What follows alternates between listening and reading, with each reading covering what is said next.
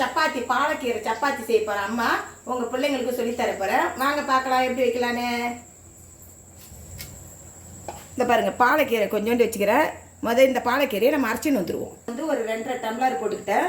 ஒரு 1/4 டீஸ்பூன் எண்ணெய் ஊற்றிக்கிட்டேன். இப்போ பார்த்திங்கன்னா ஒரு 1/4 டீஸ்பூன் கார மிளகாத்தூள், தேவையான அளவுக்கு உப்பு, ஒரு 1/4 டீஸ்பூன் இஞ்சி பூண்டு பேஸ்ட்டு போட்டுக்கிறேன். அதையும் நம்ம அதில் போட்டுக்குவோம். பாரு, பாலக்கீரையை அரைச்சின்னு வந்துட்டோம் பாருங்கள். இது எப்பயுமே இது கொஞ்சம் குழகுழப்பு தன்மை உள்ளது. அதனால் இதை ஊற்றி மொல்லமாக தண்ணி ஊற்றாமல் அப்படியே இதுனுங்க பாருங்க. தண்ணி பத்தலைன்னா இந்த பாருங்க, சுட தண்ணி, இது சுட தண்ணி வச்சுருக்கிற வெதன்னு சுட தண்ணி தான் ஊற்றணும்.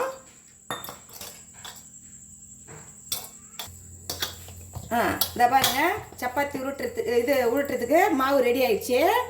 சப்பாத்தி உருட்டின்னு வந்துடுவோம். போடுற மாதிரியே போட்டு எடுத்துக்கங்க. இதில் ஏன் இந்த மாதிரி நான் இஞ்சி பூண்டு பேஸ்ட்டு கார மிளகாத்தூள்லாம் போட்டேன்னா இது இப்போ நீங்கள் தொட்டுக்கே இல்லாமையும் அப்படியே சாப்பிட்லாம்.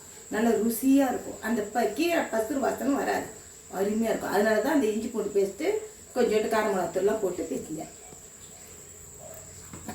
சப்பாத்தி பாலக்கீரை போட சாஃப்டாக தான் இருக்கும். இந்த பாருங்கள், சாஃப்டாக தான் இருக்கும்.